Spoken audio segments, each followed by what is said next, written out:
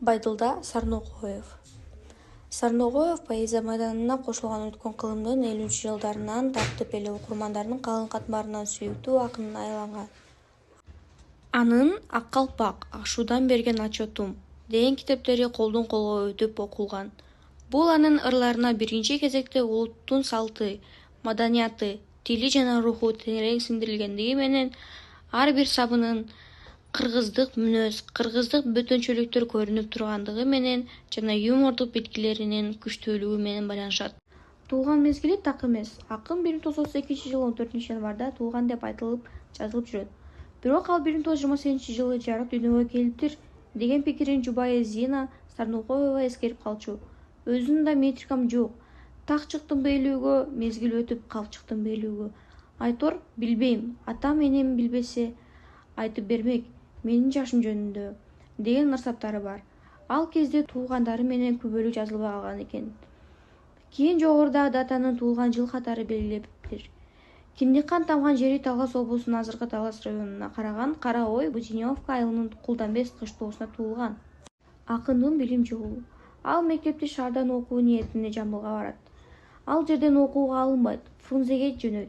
Адегенде жазуучулар союзуна келип, Алы Токумбаевга жөн-жайын айтканда, кадыр бактуу акын аны Фрунзе шаарындагы Александр Пушкин атынан номер 5-мектеп интернатка 6-класска киргизет. Бул жерде тынымсыз ырларды жазып, жазгандарын редакцияларга алып барып, өмүр күн аягына чыгып бараткан Алкул Осмонов менен таанышып, анын кеп кеңешин угат. Таң каларлык факт. 1951-жылы Али бир да китептин автору боло элек жаш бала 10-класстын окуучусу СССР жазуучулар союзуна мүчөлүккө кабыл алынат. Бул ага Алы Токумбаевдин берген ишеними эле. Акындын алгачкы ырлар жыйнагы 1952-жылы Шумкар деген ат менен жарык көрөт. Ага кирген ырлары автордун өзгөчө талантын ачып көрсөтүп, көпчүлүккө дароо таанымал кылат. 1956-жылы Москва шаарында Максим Горький атындагы Адабият институтун бүтүрүп келгенден кийин Ала-Тоо журналынын редакция бөлүмүнүн башчы, 1950-жылдан баштап Кыргызстан жазуучулар союзунун башкармалыгында адабий кеңешчи болуп иштеген.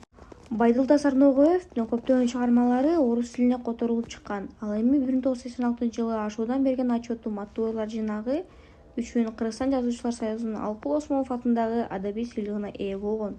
1991-жылы Байдылда Сарногоевге Кыргыз Республикасынын эл акыны ардактуу наамы берилип, ал эми 1996-жылы Казакстан Республикасынын эл аралык Алтын көпүрө сыйлыгы ыйгарылып, казак-кыргыз элдеринин салттарын бекемдөөгө кошкон салымы жогору бааланган.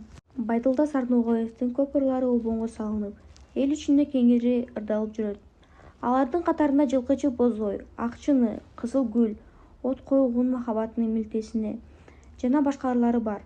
Байдылда Сарногоевдин Досторума, Бала мерген, Баяз, Ак калпак, Тоолор жана тоолуктар, Үзүлбөгөн үмүттөр, Сүйлөшүү, Менин батпас күнүм, Ашуудан берген отчетум, Таалай өлбөйт жана башка 20-дан ашык китептери басылып чыккан. 2000-жылы болсо Байдылда аттуу жыйнагы үчүн Кыргыз Республикасынын Токтогул атындагы мамлекеттик сыйлыгын алат. Эмгектеги артыкчылыгы үчүн Каарман эмгеги үчүн медалы, 1-даражадагы Манас ордени сыйланган.